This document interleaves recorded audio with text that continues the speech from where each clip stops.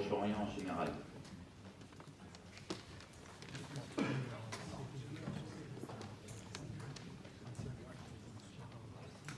Merci, Monsieur le Président.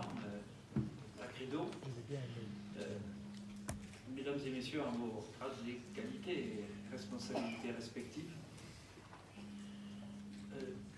je suis attaché à l'action de la Credo parce que la Credo, c'est certes défense des minorités chrétiennes, mais elle a ajouté aussi les yézidis et les autres minorités. Et je pense que toutes les minorités, sur tous les continents, plus particulièrement dans le Moyen-Orient, doivent se voir reconnaître leur place sur un pied de citoyenneté et d'égalité, tous les citoyens d'une nation qui se veut une, rassemblée et affrontant son avenir. Je veux dire qu'il y a une minorité chrétienne, il y a une minorité yézidi, mais dans certains pays, il peut y avoir une minorité chiite, il peut y avoir des minorités sunnites, même si je crois que c'est dans un seul pays du Golfe que cela existe. Toutes les minorités doivent être protégées. Au nom d'ailleurs des principes que vient de dire excellemment Madame la sénatrice, c'est-à-dire des principes d'égalité à la naissance entre les hommes et les femmes, qui doivent naître égaux, avec les mêmes chances pour l'avenir. Et je voudrais insister sur une dimension supplémentaire. Monsieur le ministre kurde du Kurdistan a bien insisté sur cette dimension, la dimension d'éducation.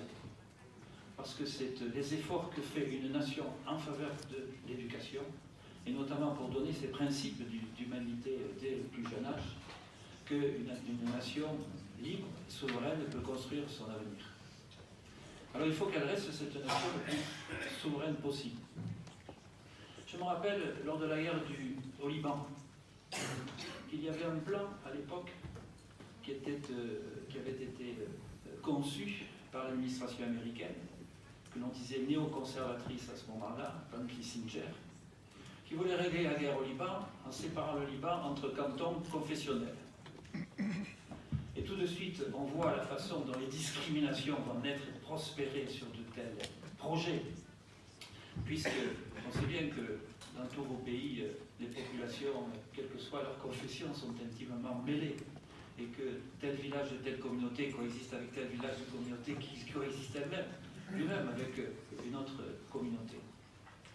Et je pense que faire cesser les discriminations, c'est aussi réfléchir et se battre contre ce projet néoconservateur qui voudrait séparer le Moyen-Orient sur des bases plus qu'ethniques, mais confessionnelles. Alors certes, il y a un État peut-être dans la région qui y aurait intérêt, et encore, dans la durée, est-ce que ce sera vrai? Mais en tout cas, ce ne pourrait être que des souffrances immenses de nouveau pour des populations très très nombreuses. J'ai lu récemment, j'entendais ce matin un représentant de la communauté arménienne d'Alep parler des souffrances en particulier sur Alep. Et comme on a souffert de voir que un siècle exactement après le génocide, on se retrouvait devant une même nécessité de migration de population, qui sont poursuivies en quelque sorte, toujours sur des bases de discrimination religieuse.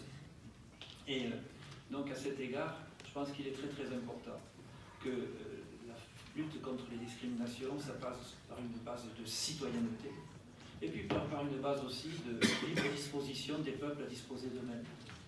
Qu'avons-nous à vouloir imposer la démocratie alors que nous avons mis en France même des siècles à la mettre en place, et encore avec les limites dont vous pouvez vous apercevoir en ce moment parfois dans les rues de Paris et de nos grandes villes. Il faut intervenir bien entendu sur le principe des droits fondamentaux.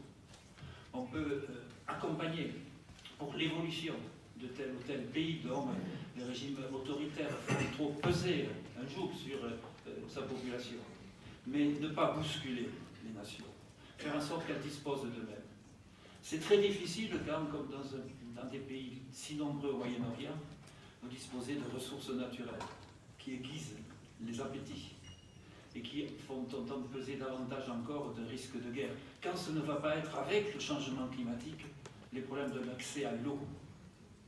Mais c'est néanmoins sur une base de lutte contre les discriminations, sur les valeurs éducatives et sur la notion d'égalité entre tous les hommes et toutes les femmes, que l'on pourra construire un monde où ces discriminations intolérables pourront être enfin effacées.